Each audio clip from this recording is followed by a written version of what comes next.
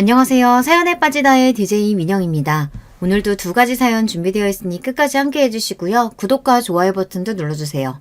그럼 오늘의 사연 바로 시작해 볼게요. 안녕하세요. 항상 채널을 시청만 하다가 문득 옛날 일이 생각나서 사연을 보내봅니다. 그렇게 오래 지나지 않은 일이긴 하지만 어느새 시간이 이렇게나 흘러버렸네요. 저희 어머니께서는 많이 감정적인 분이십니다.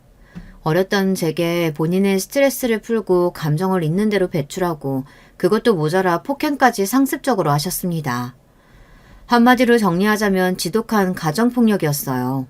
가정폭력이라니 부모가 자식 훈육하면서 사랑에 매 한두 번 정도 때릴 수 있는 거 아니냐, 육아에는 어느 정도 체벌이 필수 아니냐 생각하시는 분들도 물론 계시겠죠.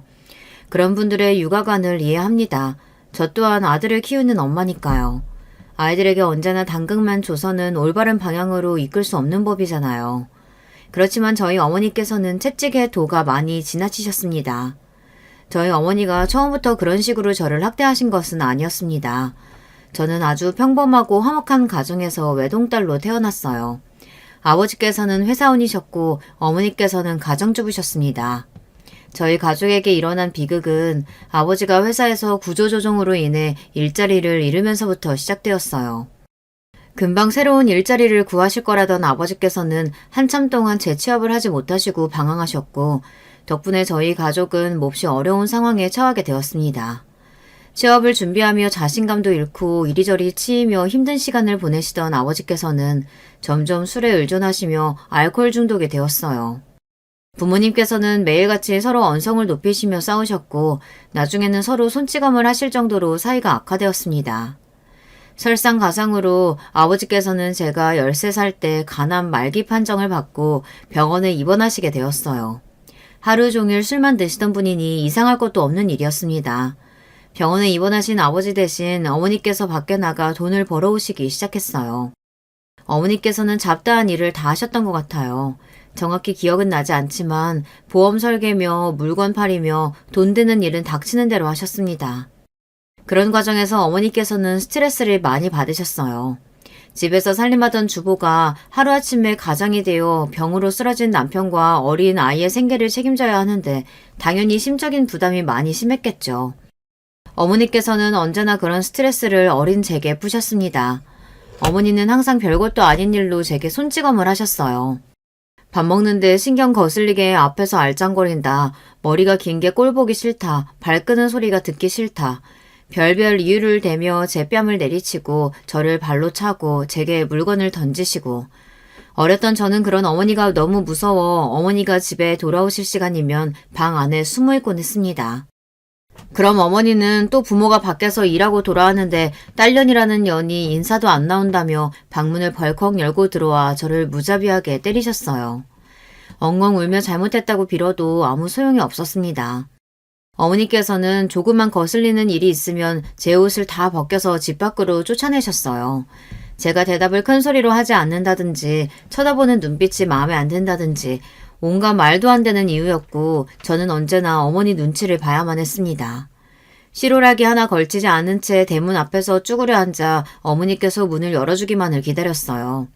혹시라도 옆집 사람이 오지 않을까, 계단에서 소리가 들릴 때마다 엘리베이터가 움직일 때마다 맨발로 비상구를 이리저리 뛰어다니며 피하곤 했습니다.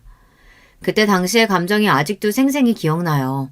어머니가 믿기보다는 너무 괴로웠던 것 같아요. 차라리 고아원에 가고 싶다고 생각했을 정도였으니까요. 어머니는 저에게 온갖 욕을 서슴지 않고 하셨습니다. 여기다 다 적어내리진 못하겠지만 본인이 낳은 딸에게 어떻게 저런 말을 아무렇지 않게 할 수 있을까 싶을 정도였어요. 그 중에서도 가장 많이 하셨던 욕이 바로 개같은 년이었습니다. 이 단어가 아직도 뇌리에 깊숙하게 박혀 있어요. 이것보다 훨씬 심한 말도 많이 하셨지만 이상하게 이 단어가 참 가슴속에 상처로 남아있네요. 저 스스로가 저를 개만도 못한 존재라고 생각했기 때문일지도 모르겠습니다. 그만큼 어머니께서는 저를 함부로 대하셨거든요. 애완견에게도 이것보다는 잘해주지 않을까 싶을 정도로요. 아버지께서는 2년간의 투병 생활을 마친 후 병원에서 숨을 거두셨습니다. 그때까지만 해도 막연한 기대가 있었던 것 같아요. 기적처럼 아버지께서 완쾌하셔서 집으로 돌아오시면 예전처럼 화목하게 살 수 있지 않을까. 아버지와 어머니가 화해하고 행복한 가족이 될 수 있지 않을까. 하지만 아버지의 장례식장에서 그 꿈은 산산조각이 나고 말았습니다. 아버지가 돌아가신 뒤로 어머니께서는 저를 더욱 지독하게 괴롭히셨어요. 저는 완전히 어머니의 감정 쓰레기통이나 마찬가지였습니다. 어렸을 적부터 그런 취급을 당하며 자라니 어머니가 밉기보다는 그런 관계가 당연하게 느껴졌어요. 물론 어머니가 원망스러울 때도 있었지만 세뇌가 되어버렸던 것 같다고 할까요? 내가 정말 못된 아이라 어머니께서 나한테 저런 말씀을 하시는 거야. 내가 좀 더 잘하면 어머니한테 칭찬을 받을 수 있을 거야. 어머니는 나를 사랑하시지만 과격하게 표현하시는 거야. 그렇게라도 생각하지 않으면 그런 비참한 현실을 버텨내지 못할 것 같았어요. 그런 삐뚤어진 관계는 제가 성인이 되고 나서도 여전히 유지되었습니다. 저는 어머니를 혐오하면서도 차마 끊어내지 못했어요. 서로 독이 되는 관계라는 것을 너무나 잘 알고 있었음에도요. 어머니께서는 여전히 저를 어린아이처럼 통제하고 구속하려고 하셨고 본인의 모든 행동들을 정당화시키며 저를 이상한 사람 취급하셨습니다. 다른 집 부모와 자식들도 다 이렇게 산다. 네가 예민한 거다. 자식은 당연히 부모 말을 잘 따라야 하는 거다. 물론 자식이 부모 말 잘 따라야 하는 것은 맞는 말이죠. 하지만 어떻게 자식이 매사 부모 말에 무조건적으로 복종할 수 있겠습니까? 상습적으로 제 뺨을 내리치고 발로 차고 개만도 못한 취급을 하는 어머니 밑에서 어떤 존경심을 가질 수가 있었겠어요. 어머니는 항상 내가 너를 어떻게 키웠는데 너 때문에 내 인생이 이렇게 됐다 이런 말을 달고 사셨어요. 저는 항상 그런 말을 들으며 그럼 그냥 낳지 말지 그랬냐는 대답이 목 끝까지 차올랐지만 차마 내뱉지는 못했습니다. 그래도 어머니께서 저 하나만 바라보며 사셨다는 말은 어느 정도 진실이었어요. 실제로 저를 먹여 살리기 위해 온갖 일을 하시며 젊은 시절을 다 보내셨으니까요. 그런 어머니께 저도 나름대로 책임감을 느끼고 있었어요. 그리고 자식으로 해야 할 도리는 다 할 생각이었습니다. 대학에 가지 않고 바로 취업할 생각이었지만 생각보다 고졸이 일할 수 있는 곳은 많지 않았어요. 2년제 전문제를 나와 작은 규모의 IT 회사에 취업하였고 돈을 벌기 시작했습니다. 그러면서 제 인생에 대한 회의감이 많이 들었던 것 같아요. 인생에 아무런 낙이 없었거든요. 매일같이 회사에 출근해서 흥미에도 적성에도 맞지 않는 일을 하고 상사에게 혼나고 녹초가 되어 집에 돌아오면 상사보다 더한 어머니가 집에서 저를 구박하시고 지옥이 따로 없었어요. 이렇게 살 바에야 그냥 죽는 게 낫겠다 싶은 생각이었습니다. 어떻게 하면 어머니와의 관계를 조금이나마 변화시킬 수 있을까 고민하던 차에 어머니와 둘이 여행을 떠나보기로 했어요. 가까운 것보다는 멀리 떠나고 싶어 회사에 양해를 구하고 간신히 2주 휴가를 내고 유럽으로 여행을 갔습니다. 프랑스, 영국, 독일, 이탈리아. 여행 전부터 어머니께서는 썩 내키지 않아 보이셨지만 그래도 막상 여행을 시작하면 괜찮아지실 거라고 생각했어요. 하지만 여행 내내 어머니께서는 힘들다, 재미없다, 이런 걸 뭐하러 하냐, 기껏 어머니를 생각해서 준비한 여행이었는데 매사에 불평, 불만이었고 결국 저는 여행 중간에 참지 못하고 눈물을 터뜨렸습니다. 내가 이런 사람이랑 뭘 해보겠다고 이렇게 먼 타국까지 와서 이 수모를 겪고 있을까. 둘 중에 한 명만 노력한다고 뭐가 바뀌겠나 싶은 생각이 들었고 결국 남은 일정 동안 내내 호텔에만 누워 있었어요. 아무리 어머니를 이해하려고 노력해봐도 저는 어머니가 이해가 되질 않았습니다. 왜 저렇게 매사에 불만이 많은 걸까? 조금이라도 가진 것에 만족하고 긍정적으로 생각해 볼 수는 없는 걸까? 그래도 하나뿐인 가족이고 본인 배 아파 낳은 딸인데 잘 지내볼 생각이 전혀 없는 건가? 어머니와 함께 있는 순간순간 1분 1초도 빼놓지 않고 숨통이 막히는 기분이었고 점점 가라앉고 있는 것 같았습니다. 그런 제게 숨구멍을 만들어준 사람이 바로 남편이었어요. 남편은 제가 다니던 회사에서 함께 근무하는 동료였습니다. 어머니와의 여행을 준비하던 중 우연히 남편도 유럽으로 배낭여행을 다녀와 본 적이 있다는 사실을 알게 되어 이야기를 나누게 됐어요. 남편은 평소에 말수가 워낙 적고 존재감이 거의 없는 사람이었습니다. 학창시절 반에서 항상 책만 읽던 책벌레처럼요. 이전에는 서로 간단한 인사만 나눴을 뿐 한 번도 말을 섞어본 적이 없었습니다. 낯을 몹시 가리는 사람인가 싶었는데 생각보다 말도 잘 통하고 본인이 다녀와 본 식당이며 관광지들의 정보를 정리해서 제게 성심성의껏 알려주기도 하고 여러모로 괜찮은 사람이다 싶었어요. 비록 여행은 성공적이지 못했지만 남편을 위한 기념품을 사오기도 했고 고마운 마음이 있어서 제가 먼저 밥 한 끼를 사겠다고 했습니다. 식사가 끝나고 시간이 늦어지니 자연스럽게 술도 한잔 하게 되었고 남편의 가정 환경에 대해서도 듣게 되었어요. 남편도 저 못지않게 참 어려운 삶을 살아왔더라고요. 남편의 부모님께서는 남편이 어렸을 적에 이혼하셨고 남편도 부모님의 사랑과 따스한 보살핌이 거의 없다시피 한 유년 시절을 보냈다고 했습니다. 이혼 후 어머니와 둘이서 함께 살게 되었는데 남편의 어머니는 남편에게 관심도 없고 거의 방치하다시피 아이를 키웠다고 해요. 그러다가 새로운 남자를 만나 재혼을 하게 되면서 남편은 외할머니에게 맡겨졌고 외할머니는 몸이 몹시 불편하신 분이었다고 합니다. 사실상 본인 몸 하나 제대로 건사하기도 힘들 정도였다고 해요. 남편이 아버지에게서 양육비를 매달 받긴 했지만 그 돈은 전부 어머니가 중간에서 가로채고 실질적으로 남편을 돌보고 있는 외할머니에게 돌아오는 돈은 단 한 푼도 없었다고 합니다. 그런 어려운 상황에서도 외할머니께서는 남편을 잘 보살펴주려고 노력하셨다고 해요. 그렇지만 얼마 지나지 않아 외할머니가 돌아가시게 되면서 남편은 아버지 품으로 돌아가게 되었습니다. 아버지께서는 재혼을 하시지는 않았지만 어머니와 마찬가지로 어린 남편을 거의 없는 사람 취급하셨다고 해요. 남편이 어머니를 많이 닮았다고 하더라고요. 남편을 보면 어머니가 생각난다며 자주 짜증을 내셨다고 합니다. 본인 인생은 이렇게 만들어 놓고 그 여자는 다른 남자랑 결혼해서 히히덕거리며 잘 산다니 말도 안 된다. 넌 내 인생의 저주나 다름없다. 너 같은 건 태어나지 말았어야 했다. 아버지께서는 술을 마시고 돌아와 어린 남편에게 험악한 말들을 쏟아내셨고 그런 환경에서 자랐으니 당연히 자신감도 없고 매사에 소심한 성격이 되었다고 해요. 학창시절 내내 제대로 된 친구 하나 사귀지 못했던 남편에게 유일한 친구는 바로 컴퓨터였습니다. 집에 아주 낡고 오래된 컴퓨터가 하나 있었는데 남편은 학교가 끝나면 바로 컴퓨터 앞으로 달려가 온라인 채팅으로 친구도 사귀고 웹서핑을 하며 인터넷을 탐험하는 것이 유일한 즐거움이었다고 해요. 그래서 자연스럽게 컴퓨터가 좋아졌고 결국 IT 회사에까지 취업하게 된 것이었습니다. 남편은 컴퓨터 채팅이나 게임으로 만난 사람들과는 문제없이 소통했지만 현실 세상에서 진짜 사람들과 면대면으로 소통하는 것에는 어려움을 겪었다고 해요. 유럽으로 여행을 떠났던 것도 그런 본인의 모습을 바꾸기 위해서 큰맘 먹고 도전했던 것이라고 하더라고요. 매사에 너무 자신감이 없고 낯선 사람들 앞에서는 기가 죽는 본인의 모습을 바꾸고 싶었다고 합니다. 그 여행을 계기로 어느 정도 낯가림이 사라지긴 했지만 여전히 타인을 대할 때는 불편함이 있었는데 신기하게 저와 이야기할 때는 마음이 편하다고 했어요. 그렇게 저와 남편은 점점 더 가까워졌습니다. 둘 다 부모에게 사랑받지 못하고 자란 사람들이었으니 공통점이 참 많았어요. 남편은 취업한 후로 아버지와 거의 연락을 끊고 살고 있었습니다. 아버지께서는 몇 년 전에 재혼을 하셨는데 새로운 부인에게도 남편보다 2살 어린 아들이 있다고 했어요. 사실상 한두 번 만나서 밥 먹어본 것이 끝이었고 가족보다는 남남 같은 사이라고 했습니다. 그쪽 식구들도 남편에게 특별한 일이 없으면 연락을 하지 않는다고 했고요. 남편도 먼저 연락할 생각이 없다고 했습니다. 아버지와 그리 끈끈한 사이도 아니고 그 가족들과도 마찬가지라고요. 앞으로도 굳이 가까이 지낼 생각이 없다고 했어요. 저는 그때까지도 어머니와 한 집에 같이 살고 있었는데 그런 남편이 안쓰러우면서도 한편으로는 참 부러웠습니다.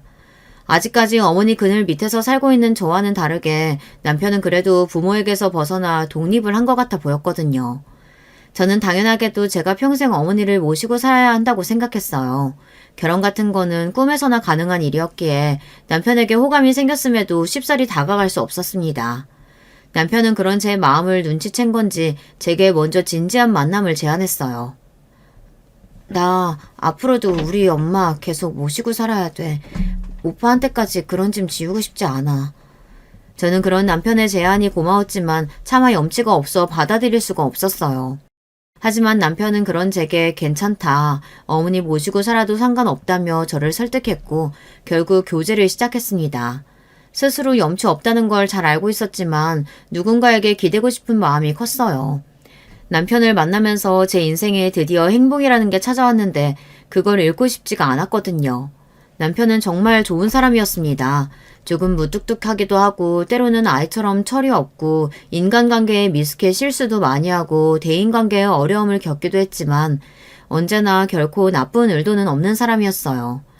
사이가 깊어질수록 이 남자와 결혼하고 싶다는 생각이 들었고 남편도 마찬가지였는지 저희 둘은 미래를 약속하게 되었습니다. 남편은 제게 저희 어머니를 모시고 함께 살자고 말해주었어요. 본인 어머니나 마찬가지라고 생각한다며 그렇지 않아도 항상 어머니가 그리웠다 장난스레 말해주었어요. 그런 배려심 가득한 남편에게 정말 고마운 마음이었습니다. 저희 둘은 비록 가진 것도 없고 모은 것도 없었지만 서로에 대한 믿음 하나로 결혼을 하기로 했어요. 아무리 가족 같지 않은 사람들이라 한들 결혼 소식은 알리는 것이 도리였기에 남편은 오랜만에 시아버지께 연락을 드렸습니다. 그렇게 처음으로 남편 가족들에게 인사를 드리러 가게 되었는데 생각보다 훨씬 좋은 고급 아파트에 살고 계셨어요. 알고 보니 재혼한 여자, 그러니까 제게는 시어머니 되시는 분의 전 남편이 돈을 잘 버는 사업가였는데 이혼하면서 위자료를 많이 받았다고 했습니다. 그래서 시아버지께서도 재혼하고 시어머니 집에 들어가서 지내고 계셨어요. 시어머니나 도련님이나 딱히 저희에게 관심도 없어 보였고 첫인상부터 썩 호감이 가지는 않았습니다. 저희를 대하는 태도가 돈도 없고 가진 것도 없는 것들이니 우리랑은 사는 세계가 다른 사람들이다 하며 선을 긋는 느낌이었다고 해야 할까요? 어찌되었던 식사 자리는 그럭저럭 나쁘지 않게 마무리되었고 문제는 저희 어머니였습니다. 어머니께서는 제 결혼 소식에 몹시 부정적인 태도를 보이셨어요. 남자는 하나같이 믿을 만한 놈들이 못 되네. 제가 저래 보여도 분명 나중에 뒤통수를 칠 거네. 저주에 가까운 말들을 퍼부으셨고 저는 어머니께서 아무리 그러셔도 남편과 결혼하겠다고 단언했습니다. 결혼 준비를 하는 내내 어머니께서는 저를 통제하지 못해 안달이셨어요. 결혼식은 어디서 해라, 며칠에 해라, 몇 시에 해라, 하객은 몇 명만 불러라, 식사는 어떻게 해라. 제가 알아서 하겠다고 말씀을 드려도 네가 혼자서 뭘 제대로 하겠냐며 본인에게 일일이 다 보고하라고 말씀하셨어요. 심지어 남편 앞에서도 저를 구박하셨어요. 어머니께서 구박하시는 일이야 이미 익숙해질 대로 익숙해져 있었지만 남편 앞에서 그런 취급을 받는 모습을 보이니 너무나 부끄럽더라고요. 어머니께 저는 언제나 벌거벗은 채로 대문 앞에서 덜덜 떨던 어린아이에 불과했습니다. 제가 벌어오는 돈으로 생계를 유지하시면서도 어머니께서는 어떻게든 저를 구속하고 통제하려고 하셨어요. 그런 어머니가 너무 질리고 다 그만두고 싶으면서도 그놈의 혈육이 뭐라고 어머니를 차마 나무라라 할 수가 없었습니다. 부쩍 건강이 안 좋아지시기도 했고 오래 일하시던 직장에서 사고로 다리를 다치시면서 일을 그만두게 되셨거든요. 큰 사고는 아니었지만 어머니께서는 그 뒤로 후유증이 생기셔서 다리를 조금 절뚝이게 되셨어요. 다리도 불편하신 분을 차마 혼자 둘 수 없었고 제가 따로 살자고 말씀드려도 끝까지 고집을 부려 제 옆에 계시려고 할 분이었습니다. 그렇게 결혼 준비 내내 스트레스를 받고 몇 번이고 고민을 했음에도 결국 저와 남편은 어머니를 모시고 함께 살게 되었어요. 그렇게 어머니와 둘이 살던 작은 집을 처분하고 방 2개 있는 구축 아파트로 이사해 신혼집을 꾸렸습니다. 그래도 아파트라고 참 좋더라고요. 생전 처음으로 살아보는 아파트였습니다. 낡고 오래된 건물이었지만 그래도 아늑한 보금자리가 생긴 것 같아서 좋았어요. 그렇지만 어머니께서는 집이 마음에 드시지 않는 건지 집이 왜 이렇게 좁냐, 건물이 너무 낡았다며 매일같이 불평불만을 늘어놓으셨고 어떻게든 견뎌보려 했지만 정말 인내심에 한계가 올 정도였습니다. 어머니, 제발 그만 좀 하시면 안 돼요? 저희 형편에 이것보다 더 좋은 집 구하기 어려운 거 아시잖아요. 안 그래도 결혼하고 어머니 모시고 사는 것도 오빠한테 미안해 죽겠는데 도대체 왜 이러시는 거예요? 더 이상은 못 참겠어요. 어머니 딸로 태어난 게 끔찍하게 비참해요. 이럴 거면 그냥 낳지 말지 그러셨어요. 저도 어머니 딸로 태어나고 싶지 않았어요. 그렇게 가슴속에 담아두었던 말을 눈물과 함께 쏟아내고 집을 뛰쳐나왔습니다. 도저히 어머니와 한 공간에 있고 싶지 않았어요. 남편도 저를 급하게 따라 나왔고 저는 집 앞 놀이터에 주저앉아 한참을 오열했어요. 조금 진정이 된 후 남편이 편의점에서 사온 캔맥주를 한 캔 따서 마시며 옛날 이야기를 했습니다. 남편도 부모님께 받은 상처가 많은 만큼 제 심정을 잘 이해해 주었어요. 그래도 미우나 고우나 어머니신데 돌아가시기 전까진 잘 모셔보자. 어머니 요즘 건강도 안 좋으시잖아. 내가 옆에서 또 도와줄게. 남편의 말에 고개를 끄덕이고 자리에서 일어났습니다. 남편 말대로 미우나 고우나 날 낳아주신 어머니신데 그런 식으로 행동해서는 안 됐다는 생각이 들었어요. 평소에 어머니가 좋아하시던 달달한 주전부리를 몇 개 사서 집에 돌아갔는데 집이 텅 비어 있었습니다. 다리도 불편하신 분이 혼자 어딜 나가신 건가 싶었어요.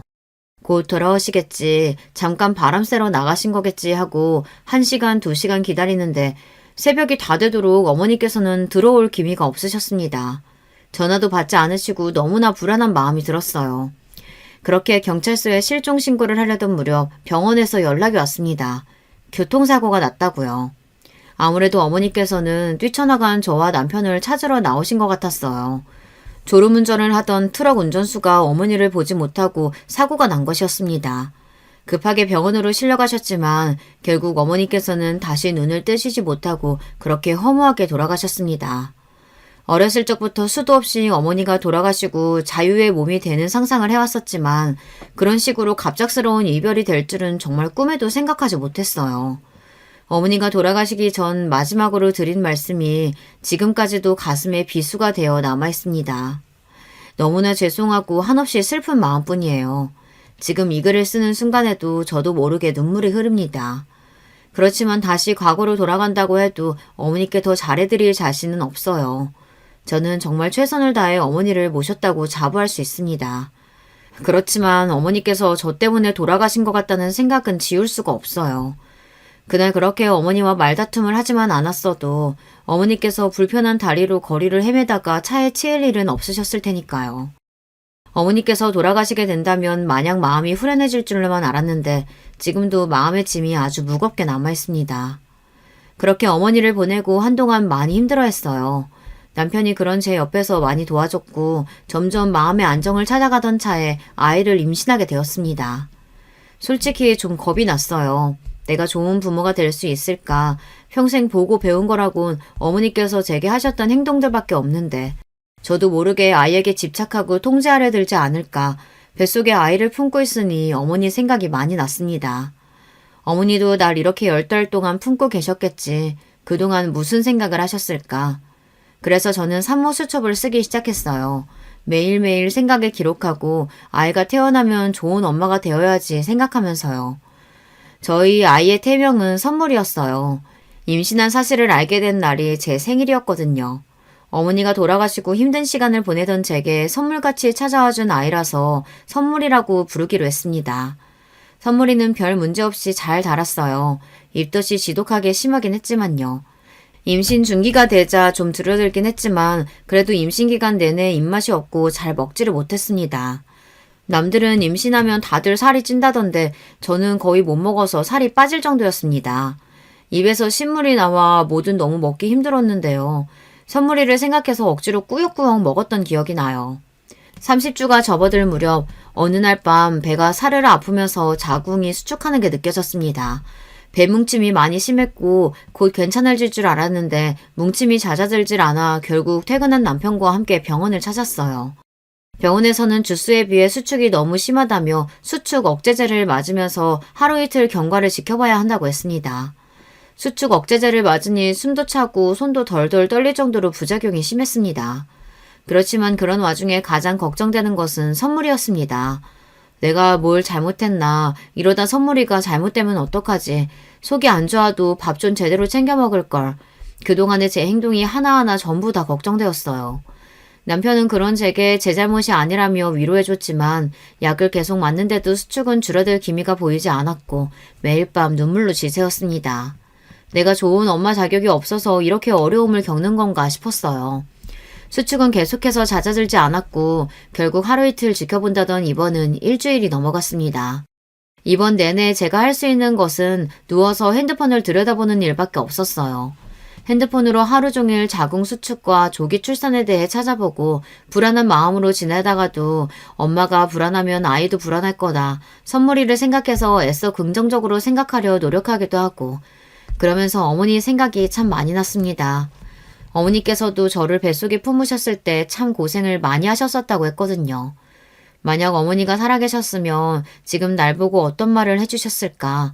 아마 걱정보다도 나 때는 너보다 더했다 핀잔을 주셨겠지만 그래도 그 순간만큼은 어머니가 참 보고 싶었던 것 같아요.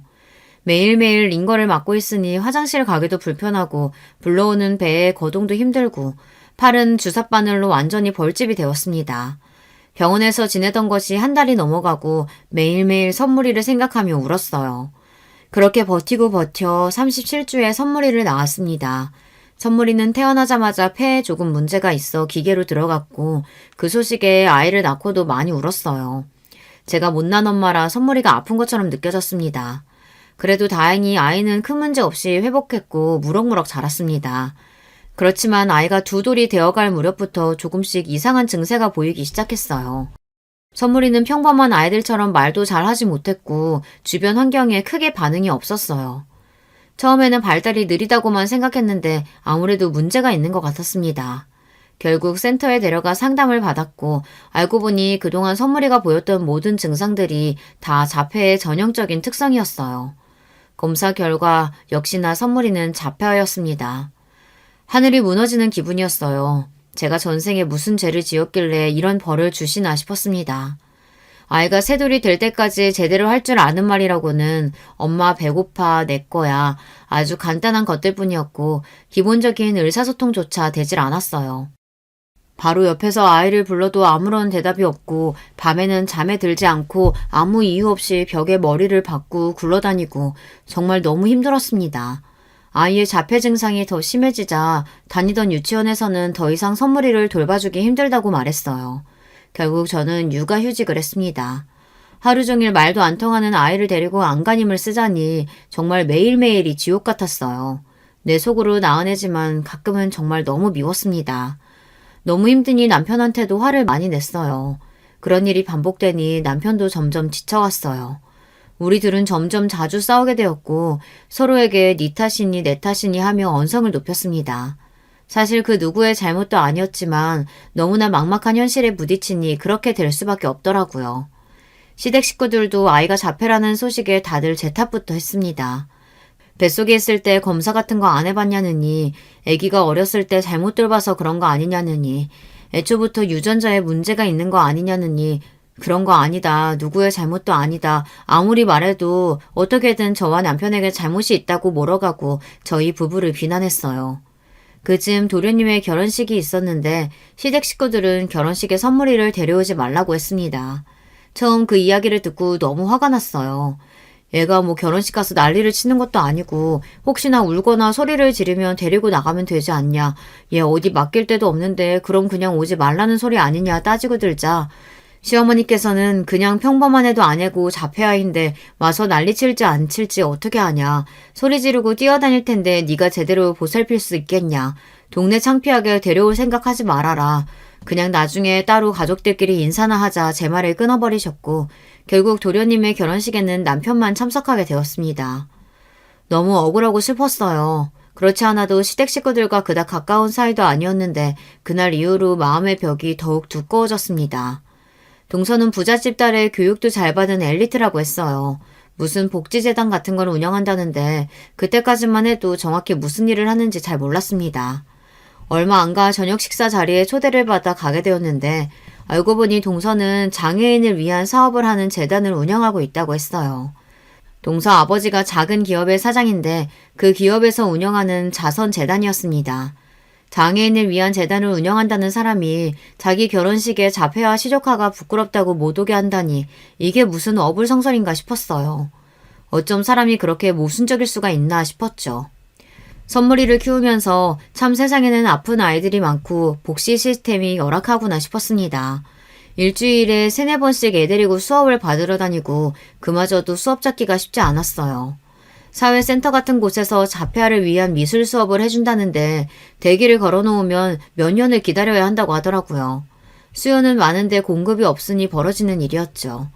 처음엔 1년, 2년만 하고 선물이가 괜찮아지면 복직해야지 했던 것이 3년, 4년이 되고 내가 더 노력하면 내가 더 아이를 잘 보면 상태가 좋아지겠지 생각하고 버텼건만 참 마음처럼 안 되는 날도 있더라고요. 정말 너무 죽고 싶고 다 포기하고 싶을 때도 많았어요. 그러다 정말 운이 좋게도 선물이같이 자폐아들을 모아놓고 가르치는 유치원에 들어갈 수 있는 기회가 생겼어요. 조금 숨통이 트이는 기분이었습니다. 유치원에 들어가면서 가장 크게 바랬던 것은 선물이가 앉아있어야 할 땐 앉아있고 본인의 이름을 부르면 돌아보고 잠시라도 무언가에 집중하고 배울 수 있는 아주 기본적인 것들이라도 할 수 있게 되었으면 좋겠다는 바람이었어요. 자폐아 유치원에는 저 같은 처지의 엄마들이 많았습니다. 저는 모든 자폐아 엄마들이 저처럼 현실에 찌들어 하루하루 힘들게 살아갈 거라고 생각했는데 그렇지가 않았어요. 다들 너무 활기차고 열심히 살아가고 있었습니다. 자폐아 유치원에 다니면서 정말 많은 것이 달라졌어요. 내 인생은 밑바닥이고 너무 힘들고 매일매일 죽고 싶다는 생각만 하며 살았는데 자폐아 유치원에서 비슷한 처지의 엄마들을 만나 평범한 주부들처럼 함께 쇼핑도 가고 카페에서 수다도 떨고 육아 정보도 공유하고 사람 사는 것처럼 살 수 있게 되었어요. 물론 힘든 일도 있었습니다. 자폐아 유치원이다 보니 수업이 잘 진행되지 않는 날도 많고 사고가 나기도 하고 아이들끼리 자주 다투기도 했어요. 그래도 다들 비슷한 처지의 엄마들이니 각자 아이의 실수도 잘 이해해주고 서로 보듬어주며 점점 사이가 끈끈해졌습니다. 그 중에 가장 친하게 지냈던 언니가 있었는데 선물이보다 1살 많은 남자 자폐아를 키우는 엄마였어요. 저와 2살 터울이었고 사는 곳도 가까워서 가장 자주 만나고 속에 있는 얘기도 많이 터놓고 지냈습니다. 언니는 아이가 자폐아인 걸 알고 난 후로 남편과 많이 싸웠고 결국 합의점을 찾지 못해 이혼을 했다고 했어요. 실제로 자폐 부모 중에는 이혼한 사람들이 많아요. 저와 남편도 한때는 정말 갈라서 자고 진지하게 이야기한 적도 있었습니다. 자폐아를 키우다 보면 은근히 돈이 많이 들어가요. 각종 프로그램도 프로그램이고 자폐아 유치원도 보통 유치원보단 원비가 훨씬 비쌌습니다. 물론 시설에 따라 다르겠지만요. 보통 부모들 중 한 명이 완전히 하루 종일 붙어서 아이를 보살피다 보니 외벌이 가정인 경우가 많은데 혼자서 버는데 아이에게 들어가는 돈은 평범한 아이보다 훨씬 많으니 다들 그렇게 형편이 넉넉할 수가 없었어요. 언니는 그나마 우리 중에 형편이 제일 나았지만 전 남편이 잘 나가는 변호사라 영육비를 많이 받는다고 했어요. 그래서 종종 저희 부부에게 돈도 빌려주고 간간히 밥도 사주고 했어요. 다들 하루 벌어 하루 먹고 살기도 빡빡한 사람들이었기에 서로서로 돕는다는 게 이런 거구나 느꼈습니다. 서로 어려운 처지에 있으니 더욱 끈끈하게 느껴졌어요. 든든한 동료들이 생긴 기분이었습니다. 그러던 어느 날이었어요. 그날은 센터에서 미술 수업을 봤는데 그날따라 선물이가 말도 너무 안 듣고 난리를 쳐서 온몸에 물감을 뒤집어 쓴 채로 지친 몸을 이끌고 집에 돌아왔는데요. 웬일로 남편이 먼저 집에 와 있었어요. 남편은 집에 돌아온 저를 바로 얼싸안고 빙글빙글 돌았습니다. 도대체 왜 그러냐 물어보니 남편은 이제 우리 벼락부자가 됐다고 소리를 쳤어요. 그래서 도대체 그게 무슨 말이냐, 복권이라도 당첨됐냐 물어보니 혹시 비트코인이라고 들어봤냐고 물어보더라고요. 네, 여러분이 아시는 그 비트코인이요. 요즘에야 하도 유명해져서 모르는 사람이 없다고 하지만 당시만 해도 아무도 아는 사람이 없었습니다.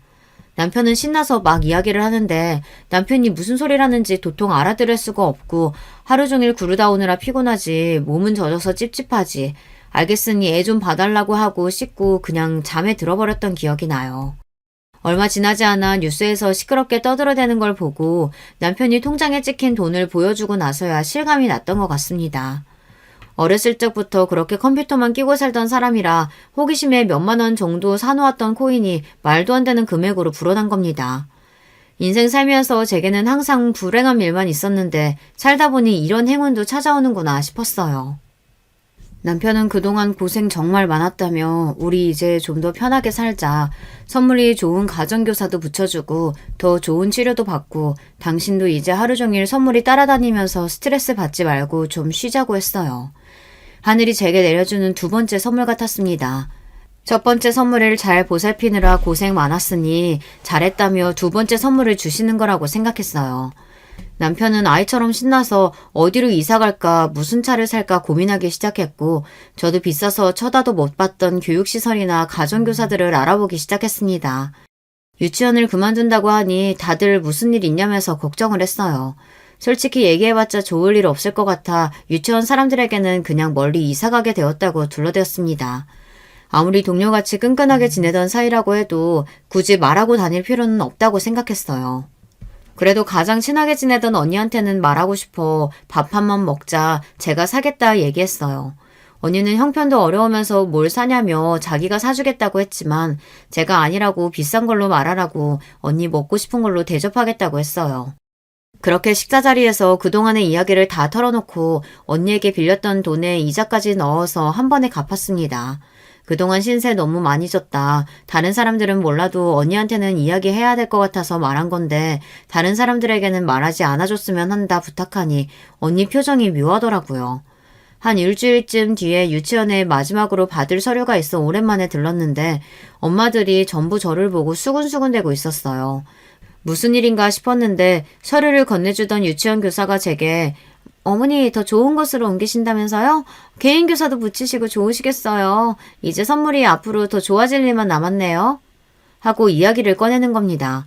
너무 놀라서 어떻게 아셨냐 물어보니 소문이 쫙 났다며 그 언니가 동네방네 제 이야기를 떠벌리고 다녔다고 했어요. 너무나 충격적인 얘기에 바로 언니에게 전화를 걸어 내가 비밀로 해달라고 부탁하지 않았냐, 어떻게 이럴 수 있냐, 왜 그랬냐 따지고 들었고 언니는 아주 냉랭한 목소리로 답했어요. 너야말로 어떻게 그럴 수가 있어? 우리 그동안 동료처럼 끈끈한 사이 아니었어? 돈 좀 생겼다고 그렇게 바로 애 데리고 나가는 게 맞니? 넌 남은 애들 불쌍하지도 않아? 돈이 생기면 다니던 유치원에 투자를 해주거나 가족처럼 지내던 애들을 위해 써줄 생각을 해야지. 네 아들만 좋은 시설에서 좋은 교육 받으면 다니? 난 지금까지 우리가 그 정도 사이라고 생각 안 했어. 돈 좀 많아졌다고 그렇게 홀랑 도망가는 사람 친구도 아니라고 생각해. 그러니 앞으로 연락할 필요 없어. 여기 다른 엄마들도 다 나랑 똑같은 생각이니까 너 혼자 잘 먹고 잘 살아라. 말문이 턱 막히고 뭐라고 설명할 수 없는 기분이었어요. 그렇게 한마디 제대로 답조차 못하고 전화를 끊었는데 집에 돌아오는 내내 마음이 너무나 복잡했어요. 내가 정말 이기적인 건가? 언니 말처럼 끈끈하게 동료처럼 지내던 사람들이었는데 한편으로는 죄책감이 느껴지기도 하고 한편으로는 내가 그렇게 큰 잘못을 했나? 사람이라면 다들 나처럼 행동하지 않을까? 그동안 그렇게 고생하면서 살았는데 혼자서 이 정도 행복도 맛보지 못하는 건가? 억울한 마음도 크고. 한참을 고민하다 결국 남편과 상의해서 선물이가 다니던 유치원에 기부를 하기로 했습니다. 꼭 그럴 필요도 없었지만 그렇게라도 해야 제 마음이 조금이나마 편해질 것 같았어요. 그런 일을 한번 겪고 나니 주변 사람들에게 더더욱 부자가 되었다는 사실을 알려서는 안 되겠다는 생각이 들더군요. 당연히 시댁 식구들에게는 입도 뻥끗하지 않았습니다. 저희 가족은 옛날이라면 꿈도 못 꿔봤을 고급 아파트로 이사를 했고 억소리 나는 차도 2대나 샀습니다. 남편은 아이처럼 신나하며 저와 선물이를 태우고 드라이브를 했어요. 그렇게 순수하게 기뻐하는 남편의 모습은 연애할 때 이후로 처음 보는 것 같았어요. 남편은 새 차에 신나했지만 저는 그래도 제가 항상 타고 다니던 낡은 마티즈가 좋았습니다. 선물이 자폐 진단받고 회사 그만두고 애 데리고 이곳저곳 다닐 곳이 많이 생겨서 그때 면허 따고 처음으로 산 차였어요. 많이 낡긴 했지만 그만큼 항상 붙어 다니고 정도 많이 든 차였는데 저는 딱히 차에 대한 욕심도 없었고 화려한 차를 끌고 다녀봤자 사람들 이목만 끌 것 같아 남편이 차를 바꿔주겠다고 했지만 거절했습니다. 돈이 다가 아니라지만 돈이 있으니까 참 좋긴 했어요. 1대1로 교육해주는 전문 학교도 보낼 수 있었고 몇 년을 대기해서 들어갔던 미술 수업도 돈만 내면 언제든지 바로바로 받을 수가 있었습니다. 제가 피땀 흘려 24시간 붙어 다니며 선물이를 보살필 때보다 전문가들의 손에서 훨씬 안정적이고 좋아 보이니 조금 씁쓸하기는 했어요. 그렇지만 그만큼 저에게도 자유시간이 생겼고 정말 오랜만에 숨 쉴 틈이 생겼습니다. 여유가 생기니 남편과 사이도 더 좋아졌어요. 셋이서 여행도 가고 신혼으로 돌아간 것 같았어요. 제가 하루 종일 붙어서 애를 보지 않으니 애한테도 더 관대해지고 세상이 참 아름답게만 보였습니다. 시간이 조금 지나자 남편은 시댁 식구들에게 모든 것을 말하고 싶은 눈치였지만 저는 조금만 더 지켜보자며 남편을 설득했어요. 그러던 와중에 시아버지의 생신날이 되었고 오랜만에 고급 식당에서 다 함께 저녁 식사를 하게 되었습니다. 썩 내키진 않았지만 거절할 명목도 없었기에 그래도 선물을 사들고 갔어요. 남편은 이번 기회에 전부 이야기하자며 롤스로이스를 타고 가 자랑하고 싶어하는 눈치였습니다. 남자는 다 커도 영원한 애라더니 참 저렇게 철이 없구나 싶었어요. 오빠 마음은 알겠는데 일단 오늘은 내 차 끌고 가자 설득했고 결국 마티즈를 타고 고급 한정식 집으로 향했습니다. 식당에 먼저 도착해서 동서 부부를 기다리고 있었는데 갑자기 동서에게서 전화가 왔어요. 주차장으로 좀 나와보라는 말에 무슨 일인가 싶어서 나갔더니 동서가 주차를 하다 옆에 세워져 있던 제 마티즈를 박은 것이었습니다. 아니, 이 고급 식당에 격떨어지게 왜 마티즈가 서 있나 했더니 형님네 차였어요? 참나, 이런 똥차를 도대체 왜 끌고 나와서 여기 세워둬요, 쪽팔리게. 고급 식당 주차장에는 고급차만 있으란 법이 있어? 내가 주차를 이상하게 한 것도 아니고 왜 멀쩡히 세워둔 차 동서가 박아놓고 적반하장이야. 말싸움을 하던 와중 선물이가 동서차가 신기했는지 차 앞으로 다가갔어요. 동서는 구형 벤츠를 몰고 다녔는데 앞에 달린 장식이 신기했던 모양이에요. 선물이가 동서차에 손을 대는 순간 동서가 질색하며 선물이의 손을 쳐냈습니다. 이 글을 다시 쓰는 지금도 다시 생각하니 정말 몸이 떨릴 정도로 화가 나네요. 마치 더러운 것이라도 닿았다는 양 난리 부르스를 떨면서 소리를 지르는데 너무나 황당했어요. 재수없게 어딜 만지냐며 아무리 장애인이라도 교육을 잘 시켰어야지 하여간 이래서 장애인들이 싫다고 질색에 팔색을 하는데 너무나 화가 나더라고요. 동서, 말 조심해. 그것 좀 만졌다고 그게 그렇게 큰 문제야? 내가 몰려. 틀린 말 한 것도 아니잖아요. 계좌나 보내요. 수리비 줄 테니까. 뭐 똥차니까 한 50 정도면 충분하죠? 돈 같은 거 필요 없으니까 선물이한테 제대로 사과해. 내가 왜요? 돈 준다니까? 그렇게 실랑이가 벌어졌고 결국 식사도 제대로 못하고 자리가 마무리됐어요. 집에 돌아오는 길 내내 기분이 너무 안 좋더라고요. 잠도 안 오고 너무 화나고 억울해서 도저히 이대로는 안 되겠다 싶었습니다. 다음날 블랙박스에 찍힌 영상을 USB에 백업해서 동서가 일한다는 복지재단을 찾아갔어요. 이번에는 마티즈가 아닌 롤스로이스를 타고요. 주차장을 보니 어제 그 벤츠가 떡하니 서 있길래 시원하게 박아버리고 동서에게 전화를 했어요. 동서는 설마 돈 더 달라고 전화한 거냐 전화를 받자마자 속을 긁는 소리를 하더라고요. 돈은 필요 없고 주차장에 나와보라고 하니 무슨 일이냐며 불이 나게 뛰어나왔어요. 아니 형님 이게 무슨 일이에요? 동서가 하도 똥차라고 뭐라고 해서 차 하나 새로 뽑았어. 아직 차가 익숙지가 않아서 그런가 동서 차를 박아버렸네. 그러게 왜 이런 싸구려 차를 이렇게 떡하니 세워뒀어. 이거 수리비 얼마지? 뭐 싸구려니까 한 1,000만 원이면 되나? 형님 미쳤어요? 그거 형님 차 맞아요? 그 차가 얼마짜린데 그런 차를 형님 같은 사람이. 말 조심해. 돈 가졌다고 다 너처럼 어떻게든 티내면서 사는 거 아니야. 이딴 벤츠 같은 싸구려 차 끌고 다니면서 큰 소리 내는 꼴 우습지 않아? 어제 일 제대로 사과해. 우리 아들한테 막말한 거. 제가 언제 막말을 했다 그래요? 다 맞는 말 했잖아요. 그럼 지금 사람들 다 보는 앞에서 어제 했던 그 말 그대로 해보던지. 못하겠지? 동서도 그게 잘못됐다는 걸 아니까. 아니야? 어제 동서가 했던 말 전부 블랙박스에 찍혔어. 내가 그동안 괜히 엮이기 싫어서 참고 있었는데 아무리 그래도 장애인 자선단체 운영한다는 사람이 그런 태도가 말이 되니? 영상 여기저기 올려서 망신살 제대로 뻗치기 전에 지금 사과해. 동서 아버지 회사 이름 걸고 운영하는 재단 아니야? 결국 동서는 제 말에 한참 망설이다 고개를 푹 숙이고 죄송하다 사과했고 선물이에게도 제대로 사과하게 만들었어요. 물론 선물이는 해맑게 웃으며 제대로 상황을 이해하지 못하는 것 같았지만 상관없었습니다. 제 속이 너무나 뻥 뚫리는 기분이었으니까요. 그렇게 속 시원한 마음으로 집에 돌아오니 동서가 시부모님께 이야기를 전한 건지 어떻게 된 일이냐며 전화기에 불이 나게 연락이 왔습니다. 더 이상은 숨길 수도 없었기에 남편한테 그냥 사실대로 다 말하라고 했어요. 모든 사실을 전하니 예상했던 대로 시부모님의 태도가 갑자기 몹시 사근사근해지더라고요. 어떻게 해서든 뭐라도 얻어먹으려고 하는 심보가 딱 보였습니다.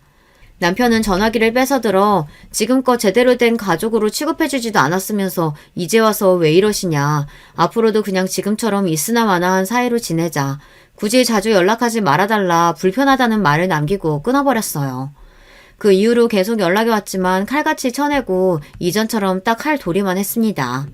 명절이나 생일 등에 찾아뵙고 인사드리고 적당히 용돈 드리고요. 처음에는 그래도 뭐라도 떨어질까 사근사근하게 굴던 사람들이 저희가 아무것도 주지 않겠다 던언을 하니 이제는 전처럼 대면대면합니다. 동서도 그날 이후로 저희와 마주치는 걸 꺼리고 있고요. 지금은 시간이 꽤 흘러서 그때의 감정이 많이 무뎌지기도 했고 선물이도 상태가 많이 좋아졌어요. 시원하게 복수해버리고 싶은 마음은 조금 있었지만 지금은 그냥 더 이상 그 사람들과 엮이고 싶지 않은 마음이 큽니다.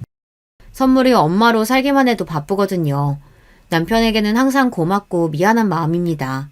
물론 미울 때도 많았지만 그래도 남편이 있어 지금 이 자리까지 올 수 있었으니까요.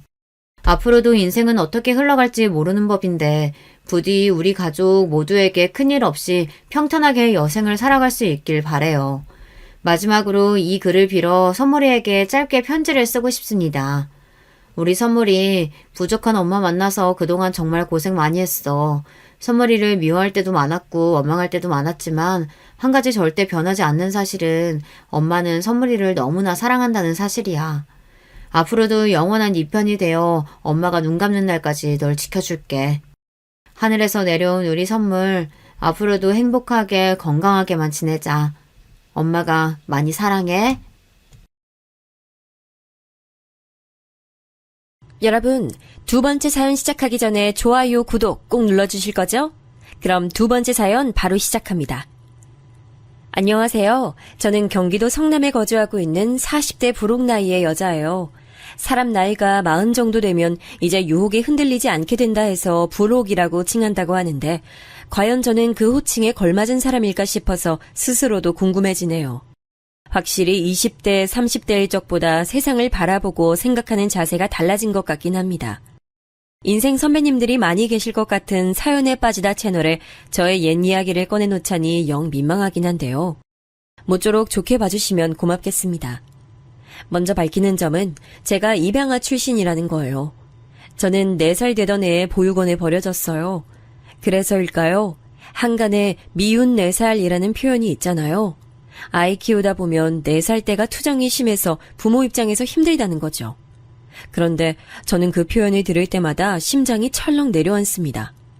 제가 다름 아닌 4살 나이에 버림을 받아서 그런 것 같아요. 친부모님 얼굴은 솔직히 기억이 없어요. 그래서 남은 추억 역시 없고요.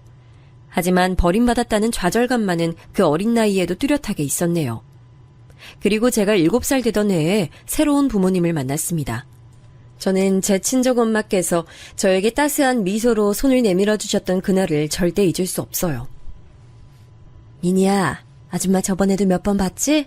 아줌마 여기 올 때마다 우리 미니 주려고 예쁜 인형도 사오고 맛있는 과자도 사오고 그랬었는데. 네, 알아요. 지난번에 초콜릿도 주셨잖아요.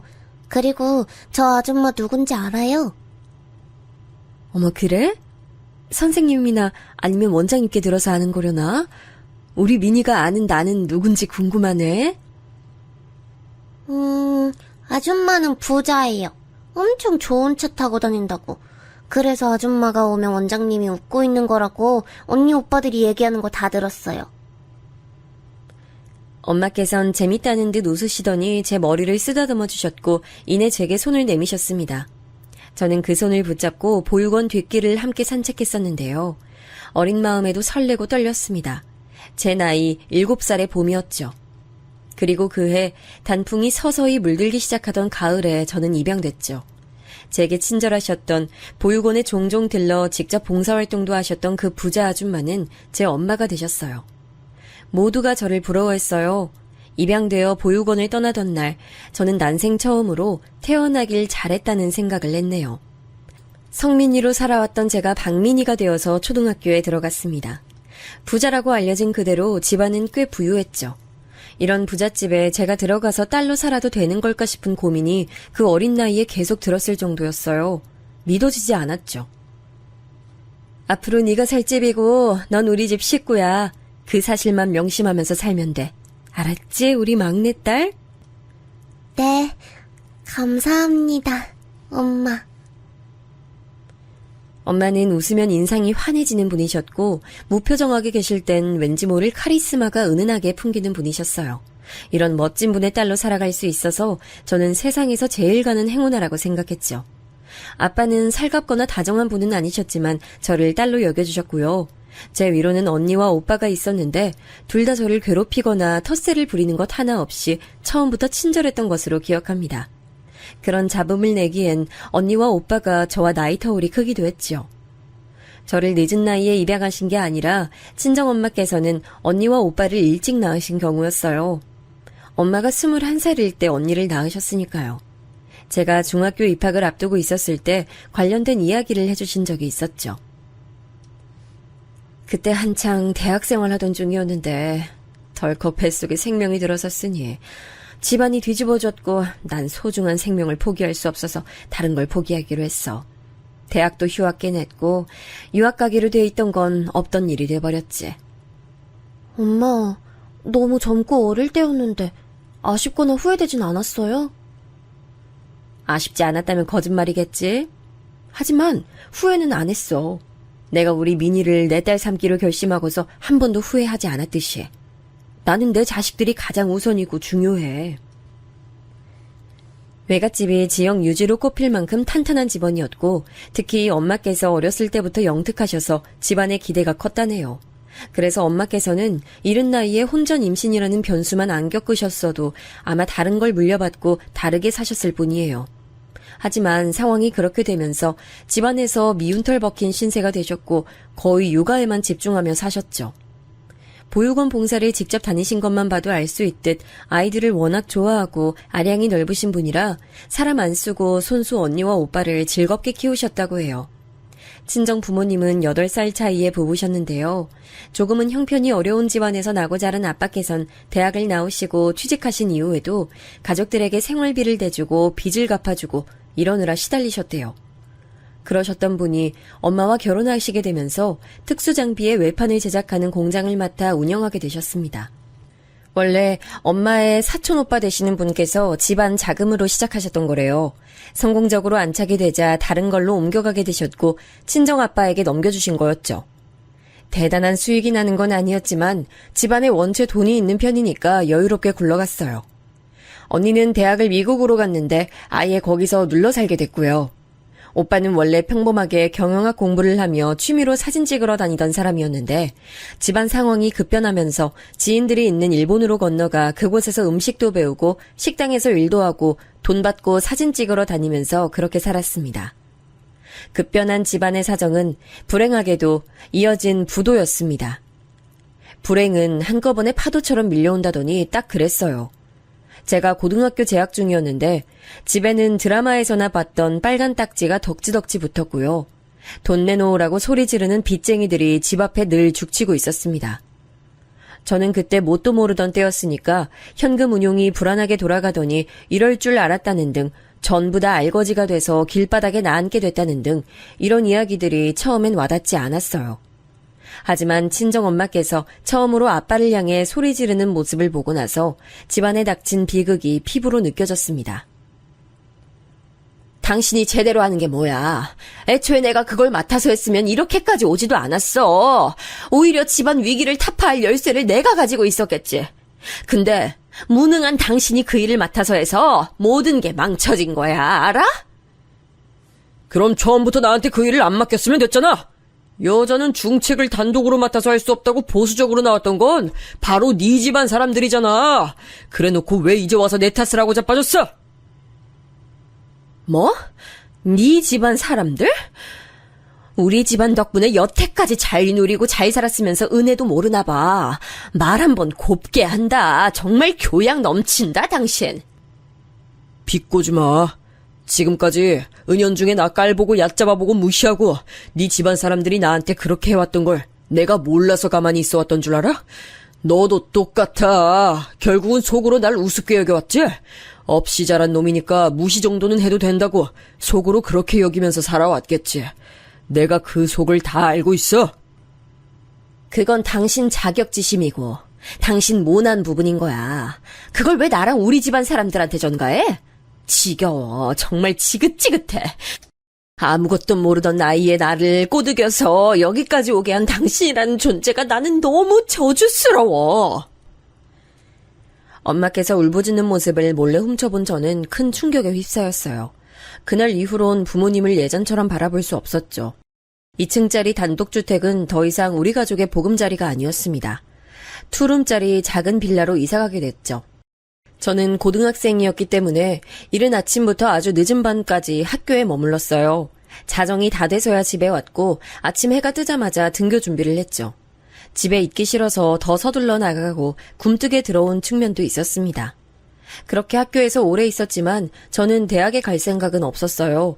집이 풍비박산난 시점에서 저는 제가 입양하라는 사실을 자꾸만 상기하게 됐습니다. 나는 내가 알아서 살아야 돼. 나는 진짜 자식도 아닌데 날 위해서 이 힘든 시기에 그 어떤 부담도 지시라고 할 수 없어. 고아였던 나를 지금까지 먹이고 입히고 다 해주신 것만 해도 난 충분히 감사해야 되잖아. 대학 학비가 저렴한 곳으로 간다고 해도 각종 책값이며 생활비는 어떡할 거야. 그리고 대학 다니는 동안은 어쨌든 공부를 하는 거지. 돈을 버는 건 아니잖아. 그냥 바로 취업해야겠다. 내가 먹고 살 길은 내가 알아서 빨리 마련하는 게 최선이다. 어디서 뭘 하고 다니시는지 얼굴 뵙기도 어려워진 아빠와 급한 대로 대형마트의 고정진열 사원으로 일하게 되신 엄마 사이에서 저는 스스로 느끼기에 낙동강 오리알 신세였습니다. 두 분이 깜짝 놀라시기도 했고 반대하시기도 했지만 어쨌든 저는 결국 대학을 가지 않았어요. 곧바로 대기업 이름 달고 있는 공장에 들어가 일을 시작했죠. 돈도 많이 벌고 돈을 쓸 시간은 없으니 저축도 잘 됐습니다.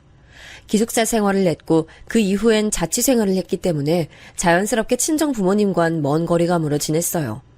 그리고 제가 24살이 되던 해 엄마께서 저에게 결의 가득한 모습을 보이셨습니다.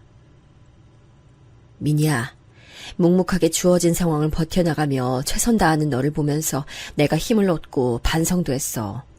내가 이렇게 주저앉아 있을 때가 아닌데, 이러라고 내가 이날 이때까지 살아온 게 아닌데 내가 왜 바보같이 상황 속에 갇혀 머물러 있는 걸까 스스로 채찍질하게 되더라. 다시 사업해볼 거야. 원래 우리 집안 것이었던 그 사업 내가 일으켜보라고 그래. 아무도 몰래 품어온 생각이지만 그건 원래 네 아빠한테 갈 게 아니라 바로 내 몫이었던 일이라고 여겨왔으니까 이제라도 해보려고 해. 엄마, 정말 잘 생각하셨어요. 나는 엄마라면 반드시 해낼 거라고 그러실 수 있다고 믿어요. 전 늘 엄마한텐 대단한 에너지가 잠들어 있다고 어렸을 때부터 생각했거든요. 결과가 어떻든 난 무조건 엄마 응원할 거예요. 그리고 이번이 아니더라도 반드시 어느 때든 엄마는 성공할 거라고 믿어요. 고마워, 우리 막내딸, 우리 미니. 나는 내가 태어나서 가장 잘한 일 중 하나가 너를 품은 거라고 생각해. 엄마 맘 알지? 내가 너를 위해서라도 꼭 성공할 거야. 반드시 우리 집안 다시 일으킬 거야. 엄마께서는 놀라운 잠재력을 발휘하셔서 무너졌던 사업을 단계적으로 일으키셨어요. 조금씩 천천히, 그러나 아주 분명히 사업은 기지개를 켜고 있었습니다. 한편 저는 25을 기점으로 공장 일을 아예 그만뒀어요. 공장에서 만난 분들이 제게 한결같이 이 일은 짧게 치고 빠지는 일이다라고 하는 이유가 있더라고요. 오래 할 게 못 됐어요. 그리고 저는 친구들이라든지 아니면 취미 같은 것에 따로 신경 쓰지 않고 살아서 그런가 너무 일만 했더니 사람이 어두워지고 자꾸만 내향적이 되어가고 사회성도 떨어지고 좀 그렇게 되더라고요. 스스로 그걸 체감할 정도였으니 남들이 보기엔 제가 얼마나 무채색 같은 사람일까 싶어 이 일을 오래 하면 안 되겠다는 결심을 했습니다. 부잣집에서 학창시절을 보냈다고 하면 아무도 안 믿을 만큼 그런 모습으로 살고 있었고요. 공장을 나온 뒤에 자격증 공부를 열심히 해서 3개를 따는 뒤 그걸로 사무직에 취업했어요. 돈을 많이 주는 것도 아니었고 비전이 좋은 것도 아니었지만 스스로는 뭔가 해냈다는 생각이 들어 기뻤습니다. 사무직으로 출퇴근하다 보니까 옷이며 신발도 새로 사게 됐고요. 자신감이 워낙 부족한 저였지만 용기 내서 연애도 해봤어요. 서툴기 짝이 없었죠. 그랬던 제가 정말 민망하고 부끄럽게도 혼전 임신으로 결혼하게 됐습니다. 남편은 저보다 2살 위였고 저에 비하자면 너무나 번듯한 직장에 다니고 있었어요. 외모도 준수한 편이었고요. 제가 남편하고 그때 약 1년 가까이를 만난 시점이었는데요. 임신 사실을 알고 난 뒤에야 그걸 알게 됐습니다. 남편이 제 존재 자체를 자기 집에 얼린 적이 없다는 걸 말이에요. 난 부모님이랑 떨어져 살고 솔직히 왕래도 거의 없이 지낸 지 오래됐고 연락도 자주 하지 않아. 근데도 우리 부모님께는 오빠 존재를 알고 계셔. 내가 오빠하고 만난다는 사실을 말씀드렸거든. 근데 오빠는 어떻게 내 이야기를 한 번도 집에다가 말을 안 할 수가 있었어? 가족하고 가깝다고 엄청 자랑했던 게 오빠였잖아. 그게 나도 얘기를 한 줄 알았는데 내 착각이었지 뭐야. 얘기한 줄 알고 그 다음부터는 그냥 안 한 거였어. 혹시 내가 부끄러워서 의도적으로 숨긴 건 아니고? 절대 아니야. 내가 너를 왜 부끄러워해? 어디에 내놔도 네가 빠지지 않는 인물인데 이상한 오해하지 마. 난 절대 너 부끄러워한 적도 없고 그것 때문에 집에 내 얘기를 안 한 적도 없어. 남편은 강하게 주장했지만 글쎄요. 제가 시어머니를 처음 직접 대면하게 됐을 때 왠지 남편이 저라는 인물을 자기 가족에게 알리기 싫어서 그냥 말을 안 해왔던 거라고 생각하게 됐어요. 저를 따로 불러내신 시어머니께서 대뜸 이렇게 말씀하셨거든요. 고졸?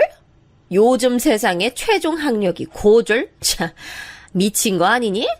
대학은 왜 안 갔어? 제가 그때 집안 사정이 좀 좋지 못해서 대학에 진학할 엄두가 안 났어요. 사정이 좀 좋지 못했으면 어디 그럴싸한 대출부터 알아봤어야지. 아이, 대학생들 그런 걸로 학교 다니는 애들 많은 거 너 몰랐나 봐. 대출이요? 아, 학자금 대출 같은 거요? 아, 저도 그걸 떠올리긴 했었는데 아무래도 집에 빚이 잔뜩 있는 상황인데 대출까지 받으려니까 마음이 편치 못해서 차마 그럴 수가 없었어요. 뭐라고? 빚? 빚이 잔뜩? 아이고, 이거 난리도 아니구나. 빚이 있는 집안의 고졸인데 못 빼어먹은 티내고 싶어 안달이나 혼전 임신까지 덜컥 해버렸다 이거지. 아유, 이런 빌어먹을 걸 다 봤나. 이딴 덜 떨어진 개뼈다귀 같은 천치를 내가 며느리 삼아야 된다는 게 이가 빡빡 깔리는구나. 실제로 시어머니께서는 사납게 눈매를 치켜뜨시고 일을 빡빡 가셨어요.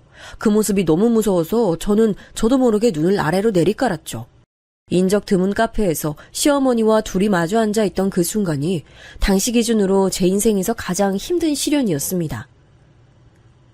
아이, 도대체 내가 무슨 죄를 짓고 업보를 쌓아와서 이런 어이없는 꼴을 봐야 되는지 정말 모르겠네. 그 뱃속에 든 게 우리 집안 핏줄이 맞기나 한 건지, 아이, 솔직히 난 의심이 들어서 완벽히 믿을 수도 없어. 그게 무슨 말씀이세요? 저한테 오빠 하나밖에 없어요. 그러니까 의심하셔도 소용없을 거예요. 뭐야? 요거 봐라. 너 그 아가리 안 닥쳐?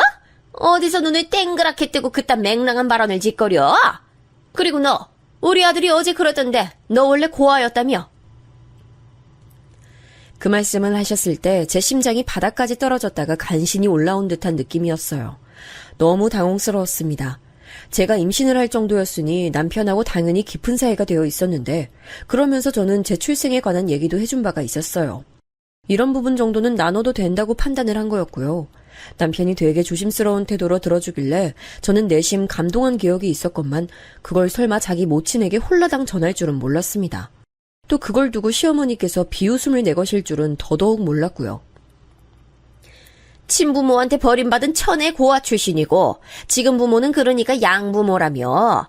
아이, 딱 봐도 관상부터 우중충한 게 박복한 팔자를 타고났는데 하필 우리 아들한테 네가 들러붙었구나.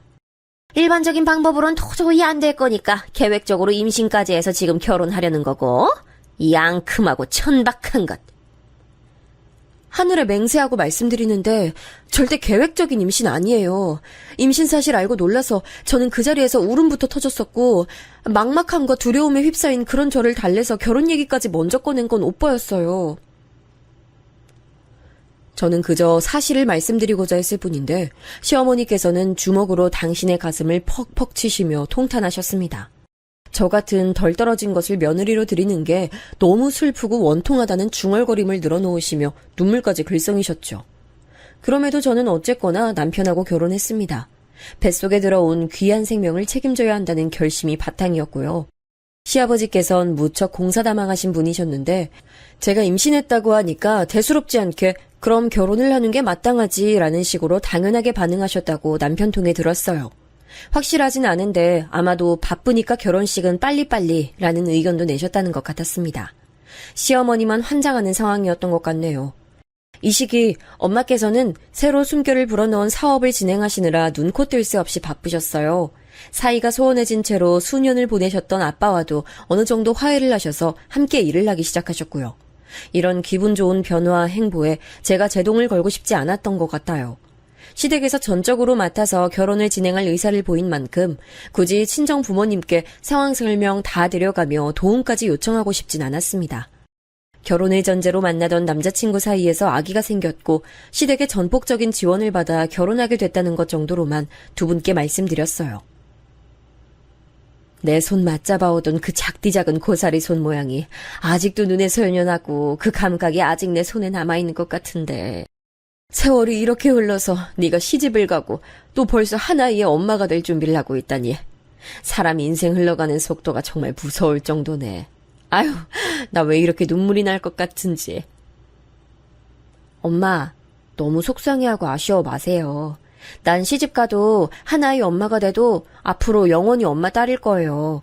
엄마가 나를 딸로 여겨주시는 한은 계속 그럴 거예요. 민이야, 너는 내가 가슴으로 내 자식으로 품기로 결심했던 그날부터 쭉 내 딸이었어. 그건 앞으로도 절대 변하지 않을 테니까 우리는 서로가 죽는 순간까지 모녀지간인 거야. 알지? 엄마하고 이런저런 대화를 나눴는데 이상하게 보육원 시절로 돌아가 7살의 제가 되어 친정엄마와 대화를 나누는 것만 같은 착각이 들어 기분이 정말 이상했죠. 저는 아직 제대로 된 어른도 되지 못했건만 벌써 뱃속에 한 생명을 품고 있다는 게 벅차고 감당이 안 돼서 그런 기분을 느꼈습니다. 결혼하고 나서 과연 어떤 일상이 펼쳐질지, 아이를 낳고 엄마가 되면 또 어떻게 달라질지 예상할 수 없어 두렵기도 했지만 한편으론 설레기도 했었는데요. 제게 펼쳐진 건 가시밭길이었습니다. 저는 그 고졸이라는 편협한 단어에 갇혀 있어야 됐어요. 시어머니께서는 주변의 시선, 평판 이런 것들에 굉장히 민감하신 분이었고 인맥관리도 철저히 하시는 분이셨는데요. 그런데 바로 고졸인 저 때문에 도저히 주변에 면이 안 선다는 게 큰 걸림돌이었나 보더라고요. 이런 빌어먹을 걸 다 봤나? 네가 우리 집안에 들어온 이후로 내가 당초에 어딜 가서 떳떳하게 얼굴을 들고 있질 못해. 혼전 임신이라는 것도 충분히 수치스러운데 여기서 만약 고졸이라는 것까지 알려지면 그야말로 개망신일까봐 내가 아예 웬만한 모임을 못 나가고 있어. 네가 이런 내 심정 알기나 하겠니? 거기다가 천의 고아 출신이라는 것까지 떠안고 있으니 존재 자체가 아주 빌어먹었어. 네, 저 때문에 모임 못 즐기시고 못 나가게 되셔서 정말 죄송해요. 혹시 할 거리가 떨어져서 심심하게 되신 거면 제가 뭐라도 같이 해드릴까요? 네가 뭘 같이 해줄 건데? 요게 아주 사람을 살살 약 올리네? 너 어디 불난 집에 기름통들이 붙는 거야 뭐야? 아니, 저는 그냥 일도 그만둔 참인데 어머님께서도 마침 시간이 꽤 남으시는 것 같으니까 동병상련끼리 함께 시간 보내면서 친목 다지면 좋지 않으려나 하는 생각이 들어 그냥 말씀드린 것뿐이에요. 기분 상하셨다면 죄송해요. 기분이야 당연히 상했고 말고. 너 지금 어른 상대로 말장난하자고 기를 쓰고 나오는 거야? 동병상련? 어디서 그딴 망발을 짓거리고 앉았어. 이래서 사람은 좋은 걸 물려받아야 하는 거고 많이 배워야 되는 건데 그런 게 부족하니까 네가 이 모양 이 꼴이구나. 시댁의 식탁이 저러다가 고장나는 거 아닌가 싶을 정도로 시어머니께서는 우라통을 터뜨리시며 주먹으로 식탁을 내려치셨습니다. 저는 그 앞에서 죄인이 되어 점점 머리를 수그리고 있었죠. 괜히 중간에 어설프게 대답을 하면 더욱 화를 내시는 분이란 사실을 눈치채게 되기까진 얼마 걸리지 않았습니다. 어이구, 이제 만삭으로 배가 불러온 걸 보니 내 걱정도 꼭 그만큼 커지는구나. 울 손주가 부디 외탁을 안 하고 친탁만 해야 될 텐데. 가뜩이나 배가 잔뜩 나와 있어서 힘들었던 만삭 시절 시어머니께서 제 신경을 건드리셨던 게 생각나네요. 어머님, 왜 아이가 친탁만 해야 돼요? 제 입으로 말씀드리긴 민망하지만 저도 딱히 얼굴이나 체형 이런 건 어디 가서 뒤처진다고 생각해 본 적 없거든요.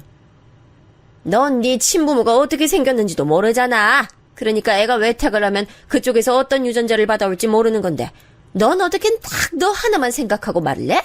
아유, 하여간 짧아. 생각이 너무 짧아. 저는 어쨌거나 지금 부모님이 제 유일한 부모님이세요. 만약에 아이가 외탁을 한다면 제 지금 부모님의 성격이나 습관 같은 걸 물려받을 수도 있겠죠. 저는 지금 부모님 밑에서 자랐으니까요. 그게 말이나 된다고 생각하니? 아유, 고졸은 역시 생각하는 꼬라지가 황당하구나. 지금 네 부모님도 사업인지 뭔지 안다고 맨날 삽질하시는 것 같던데. 여하튼 외탁은 무조건 안 될 일이야. 이때 뭔가 제대로 한 방 맞은 기분이었어요. 차라리 다른 모진 말씀이면 낫겠는데 출생 가지고 그런 식으로 들먹이시니까 기분이 참담하더라고요. 사실 이때 엄마께서 본격적으로 몸집을 키워가시고 있던 사업장은 탄탄대로를 달리고 있었습니다만 굳이 시댁 식구들에게 그런 사실을 발설하진 않았네요. 그렇게 할 만한 이유가 저에겐 그만큼 없다고 스스로 판단했습니다. 저는 아주 건강한 아이를 낳았고요. 남들은 아기 낳고 나서 육아지옥 시작이라고 하던데 저는 특이하게도 모두의 관심을 받으며 아기를 키울 수 있어서 오히려 이때가 더 좋았어요. 몸이 힘들거나 말거나 마음이 편해서 그랬나 봐요. 솔직히 혼전 임신으로 결혼한 거라서 그런지 남편하고 결혼 직후부터 썩 좋은 부부관계는 아니었는데요. 출산하고 나서 아이를 키우며 부부관계가 좀 좋아졌어요. 심적으로 가까워진 거였죠. 제가 하나부터 10까지 독박 육아를 했기 때문에 가끔은 서럽고 힘들 때도 있었지만 남들도 거의 다 이렇게 산다는 생각을 하며 이겨내려고 매 순간 애를 썼네요. 아이는 얄미우리만치 남편만 쏙 닮아 있었고요. 그 때문에 시어머니를 비롯한 시댁 식구들이 다 아이를 물고 빨고 예뻐했으니 저로선 다행이었네요. 그렇게 지지고 볶으며 지내던 어느 날 친정 엄마로부터 슬픈 소식을 전해 들었어요. 사업은 엄청난 거래처를 만나서 또 한 번 번창하게 됐는데 반대로 아빠께선 안 좋은 얘기가 있는 모양이었죠. 네 아빠가 건강이 많이 안 좋대. 그 집안 남자들이 희한하게 몸 아픈 구석은 한 군데씩 꼭 있잖아. 네 아빠도 피해가지 못한 건지 최근 들어 두통이 하도 심하다고 말해서 병원 가봤더니 뇌 쪽에 이상이 있다더라. 아빠가요? 얼마나 안 좋은데? 많이 심각하대요? 많이 안 좋은데 문제는 그게 수술이 어렵나 봐. 약물치료요법으로 지켜보는 수밖에 없다고 하더구나. 그리고 이게 하루아침에 상태가 좋아졌다가 나빠졌다가를 반복해서 마음의 각오를 미리 좀 다져놔야 좋을 것 같아. 이제 저도 아이 낳고 키우며 결혼 생활에 적응했고 엄마의 사업이 대성공을 거둬 자리를 잡은 참이었는데 이런 소식은 정말 맥 빠지더라고요. 한동안 기운 없이 지냈어요. 그랬더니 남편은 제 눈치를 살피며 제게 잘해주려고 했는데 반대로 시어머니께서는 눈에 쌍심지를 켜셨습니다. 저게 뭐가 잘났다고 어깨 축 늘어져서는 날 좀 보소 하면서 지 힘든 거 알아달라고 징징대고 있어. 아유, 보기만 해도 짜증이 나서 한 대 콱 쥐어봐가지고 싶네. 그래야 정신을 좀 차릴까. 시댁에 가서 설거지하고 있던 날 저 들으라고 시어머니께서 큰 소리로 그렇게 혼잣말을 하셨을 때 서러워서 울분을 꾸역꾸역 삼켜야만 했네요. 친정엄마의 환갑이 머지않은 때였기 때문에 그나마 힘을 낼 수 있었던 걸지도 몰라요. 일적으론 너무 바쁘셨고 개인적으론 친정아빠 건강 문제로 머리를 싸매셨기 때문에 엄마께선 환갑을 아주 조촐하게 챙기고 넘어가길 원하셨어요. 선물, 잔치상, 공간 대여 이런 것 일절사절하셔서 회사나 거래처 등지에서도 엄마의 환갑을 거창하게 축하해드릴 수가 없었죠. 난 그냥 바람이 있다면 한 끼 식사나 같이 나누는 게 좋을 것 같아. 우리 딸, 사위, 손주 이렇게만 있어도 난 그걸로 최고야. 엄마, 그럼 제가 식당 한번 알아볼게요. 엄마 잘 드시는 메뉴로 정하면 되죠? 그런데 입에 당기는 음식이 없다 그러셔서 코스 요리를 생각했던 건 백지화됐고요. 단품으로 고기나 간단히 드시고 싶어 하시기에 한우를 떠올렸어요. 강남에 있는 품질 좋은 한우만 취급하기로 유명한 식당을 예약했죠.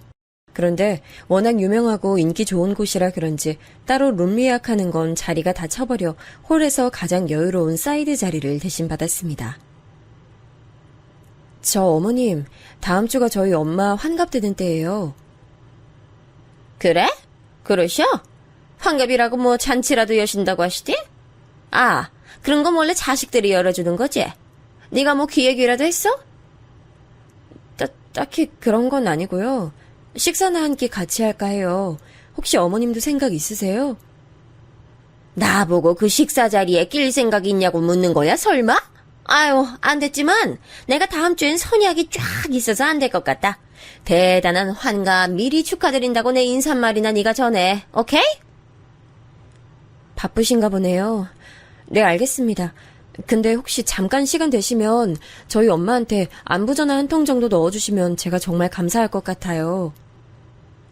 정중하게 말씀드렸지만 시어머니께선 들으시는 척도 안 하면서 고개를 휙 돌리시더군요.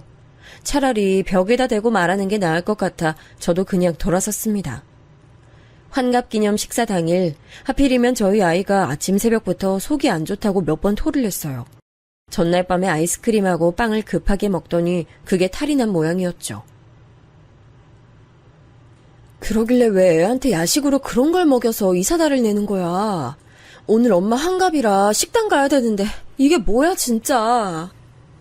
내가 이렇게 될 줄 알고 먹였겠어? 애가 너무 먹고 싶어 죽겠다는데 그러면 어떻게 계속 그걸 막으라는 소리야? 내가 애 데리고 병원 갈 테니까 넌 먼저 준비하고 장소 가든지 해. 주말이라 오늘 사학과 사람 미어 터질 텐데 그걸 가서 기다리겠다고? 웬일이야? 고맙긴 한데 그냥 어머님이나 형님께 부탁하는 게 낫지 않을까? 그랬다간 분명히 꼬투리 잡고 엄청 늘어질걸. 그리고 날씨 좋은 주말에 어디 외출 계획을 안 세울 군번들이 아니야. 전화해서 애 데리고 병원 좀 가달라고 하면 환장하게 난리칠 거야. 그냥 내가 얼른 데리고 가는 게 나아. 알았어. 그러면 병원 가서 상황 보고 나한테 연락 줘. 난 시간 맞춰서 장소로 갈 테니까. 저는 결국 혼자 장소를 향했고요. 저와 친정엄마 둘뿐이었지만 마주보고 앉아 이런저런 대화를 나누는 것도 나쁘지 않더라고요. 걱정거리가 많아서 그러신지 얼굴이 조금 거칠어진 엄마를 보니 속이 상하기도 했습니다. 엄마, 좀 내려놓고 살아요. 근심이든 걱정이든 부담이든 내려놓고 사셔야죠. 얼굴이 이게 또 뭐야? 누가 보면 환갑 아니라 칠순인 줄 알겠어. 내가 그 정도로 나이 들어 보여? 하기사 요즘 가까이서 얼굴 보면 주름이며 눈가 거뭇거뭇한 거 하며 나 스스로도 못 봐줄 때가 많더라. 아니야. 나 그냥 좀 농담한 거야. 엄마 얼마나 심각하게 많은 걸 떠안고 사시면 내가 한 농담에도 힘 실어서 해석하는 거야. 안 되겠다. 우리 빨리 고기 주문해서 먹어요. 맛있는 한우 드시고 엄마가 얼른 별 생각 없이 포만감이나 즐기시는 모습 봐야겠어. 그치만 윤서방이 출발한다고 연락이라도 줘야 그때 시키든지 하는 게 낫지 않을까? 지금 시키면 너무 이른 걸까봐 살짝 걱정되는데. 이것 봐. 이것도 엄마 벌써 걱정하고 계시는 거잖아. 엄마의 윤서방께서는 뒤늦게 와서 고기를 먹든지 아니면 한 점도 못 먹든지 전혀 상관없어요. 엄마만 그냥 편하게 드시면 됩니다. 아셨죠? 제가 애써 너스레까지 떨고 나서야 엄마께선 밝게 웃어 보이셨습니다.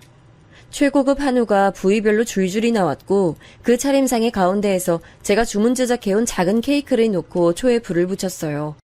엄마께선 바로 이틀 후에 언니가 있는 미국으로 건너가 그곳에서 또 파티를 하며 즐겁게 시간을 보낼 예정이셨지만 당장 이곳의 사진을 받아본다면 언니가 좋아할 것 같아서 열심히 사진을 찍었습니다. 그리고 엄마와 제가 멀리서 한 번에 나오는 사진은 엄마와 동행으로 오신 수행 비서분께서 찍어주셨어요. 몇 번이고 동석을 권했지만 정중히 사양하셨죠. 활짝 웃으며 사진을 찍다 보니 기분까지 행복해지는 것 같아 엄마가 케이크에 촛불을 후 부시는 모습을 너무 기분 좋게 지켜봤습니다. 그건 엄마도 마찬가지셨는지 불을 다 부시자마자 손뼉박수를 치시더라고요. 행복하게 마주보며 웃은 저희 모녀가 불판 위에 한우를 올려놓던 순간이었습니다. 아이고야, 세상에 이게 웬일이야? 여기서 다 뵙네요, 사부인? 저는 시어머니 목소리가 들려오는 것에 혹시 제가 지금 환청을 듣나 싶어 어리둥절하게 주변을 봤어요. 근데 환청이 아니라 현실이었죠. 일행으로 보이는 친구 세 분과 안으로 입장하시던 찰나임이 분명한 시어머니께선 케이크 촛불을 불고 박수치는 저희 모녀 쪽을 무심코 발견하신 것이었죠. 미리 룸이라도 예약해 두셨는지 시어머니 일행분들은 그 안쪽으로 향하며 안 보이게 됐고요. 시어머니는 저희 모녀에게 가까이 오셨습니다. 그러자 엄마께선 조용히 자리에서 일어나 미소를 머금으며 어머니께 짧은 목례로 정중한 인사를 보내셨죠. 그러나 시어머니께선 그 정중함에 걸맞은 화답을 하지 않으셨어요. 인사를 안 받아주셨습니다. 기가 막혀서 자리에서 일어나지도 않고 멀뚱하게 시어머니를 올려다보고 있었는데요. 그런 저를 보며 시어머니께선 뭔가 심기가 뒤틀리신 듯 했습니다. 왜냐면 저를 흘겨보시더라고요. 그때 불판에서는 올려놓은 한우가 마침 치익 소리를 내며 익어가고 있었고 그걸 눈으로 힐끗하신 시어머니께서는 갑자기 코웃음을 치셨어요. 최고급 한우만 취급하는 이곳에 사부인께서는 웬일이시래요? 혹시 여기서 일이라도 하세요? 주방은 아닌 것 같고 홀서빙 일 하시나? 그 발언에 제가 너무 놀라 굳어버렸습니다. 그게 말이 되나요? 눈이 있다면 엄마께서 케이크를 두고 이곳에서 조촐한 환갑기념 식사를 하고 계시던 중이었던 걸 당연히 알 수 있는 풍경이었죠. 그럼에도 웬 홀서빙 운운을 하셨다는 건 완전 시비를 거는 것이었죠. 열받은 제가 자리에서 벌떡 일으키던 찰나 벽에 붙어 서 계신 채로 상황을 다 보고 계셨던 수행비서분께서 분노의 일가를 터뜨리셨어요. 이봐요, 아줌마! 지금 감히 이분이 어떤 분이신 줄 알고 입을 함부로 놀려? 저도 깜짝 놀랐고 엄마께서도 놀라셨습니다. 하지만 그 고성을 맞닥뜨린 시어머니만큼 저희가 놀라진 않았죠. 멀끔한 정장을 빼입으신 수행비서분께 난데없는 소리 들으신 것에 시어머니는 도저히 상황이 믿기지 않으셨는지 벌렁거리는 심장 부근을 누르시며 떨리는 목소리를 내셨습니다. 갑자기 누군데 저한테 소리를 질러요? 그리고 이쪽은 제 사부인이고 또 여기는 제 며느리인데요. 제가 익히 아는 사람들이거든. 생판남인 그쪽이 갑자기 튀어나오니까 황당하네요. 대관절 누구세요? 회장님 모시는 수행비서입니다. 저희 회장님께 적절치 못한 언행 보이신다면 제가 좌시하지 않을 겁니다. 저 이곳에서 당장 댁 끌어낼 수도 있으니 다음 발언하시기 전에 참고하시는 게 좋을 겁니다. 아줌마. 수행비서분께서 정말 깔끔하게 일격을 날리시더라고요. 너무 멋있어져 저도 모르게 잠시 입을 벌리고 멍하게 있었네요. 반면 엄마께서는 은은하게 미소만 지으시더군요. 그때 시어머니께서는 휘청거리며 믿을 수 없다는 눈길로 엄마를 응시하셨어요. 내가 뭔가 잘못 들었나? 회장님이라니요? 사부인께서 그러면 설마 정말 어디 회장님이라도 되신단 말이에요? 네, 맞아요. 어머님, 저희 엄마는 아주 번듯한 제조업체 회장님이세요. 그리고 여기 계신 분은 수행비서님 되시는 거 맞고요. 사부인이 회장님이라고? 아유, 그럴 리가 없는데 이게 대체 어떻게 된 영문이야? 그럼 네가 회장님 딸이라는 얘기잖아. 현실을 부정하고 싶으신 건지 시어머니께선 자꾸만 고개를 흔들며 말씀하셨는데요. 그 모습을 물끄러미 바라보시던 엄마께서는 가라앉은 목소리로 이런 말씀을 건네셨습니다. 제가 회장직 달고 있는 사람이니 저희 딸은 그렇다면 당연히 회장 딸이 되겠죠.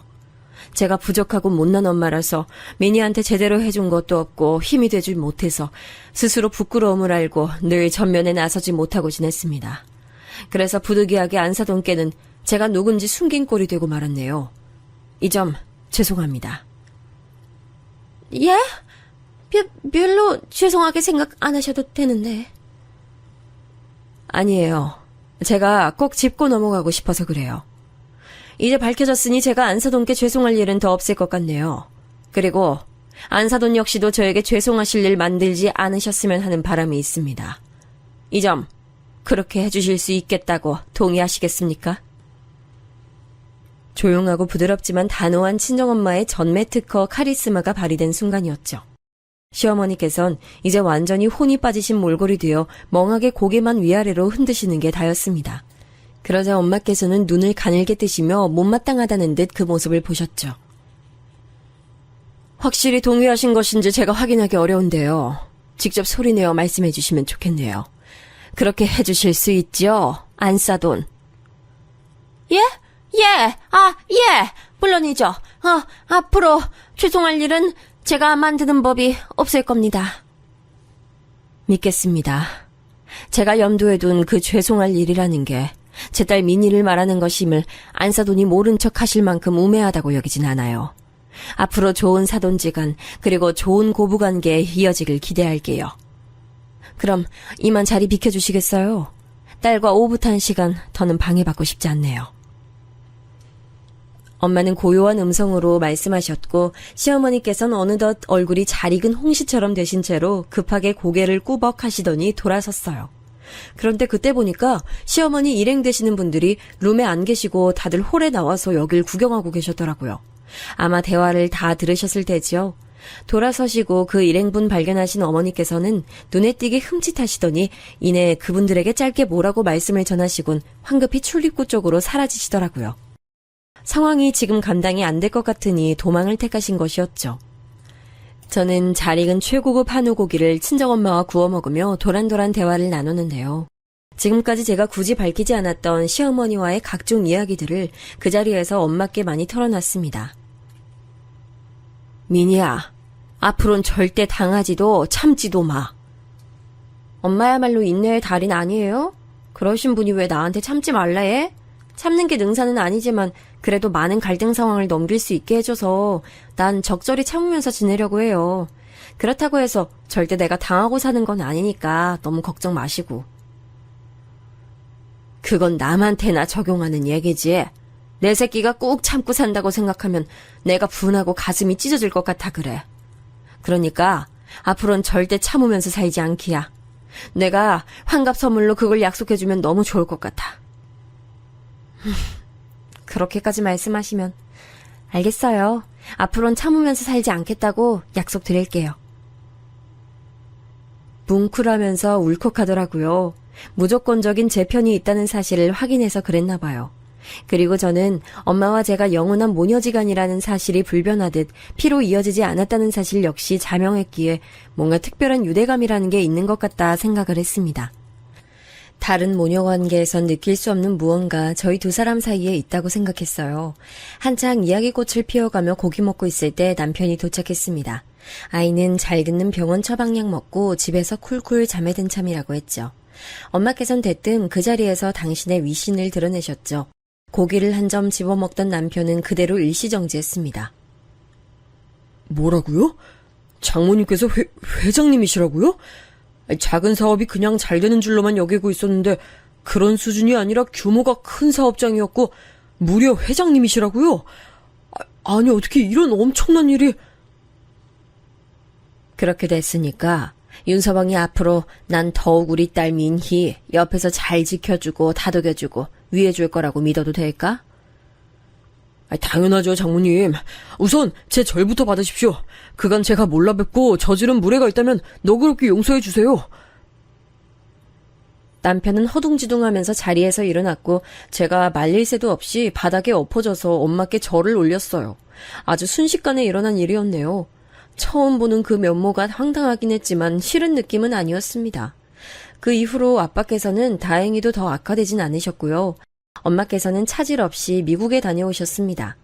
원래는 일주일 잡고 가신 것이었는데 뭐가 그리 재밌고 좋으셨던 건지 열흘 채우고 돌아오셨죠. 저는 전에 없이 아이 돌보기에 솔선수범하는 남편을 보게 돼서 한동안 어리둥절했고요. 전과는 180도 달라진 시어머니의 모습이 너무 낯설어 제가 잠깐 피해 다니기도 했습니다.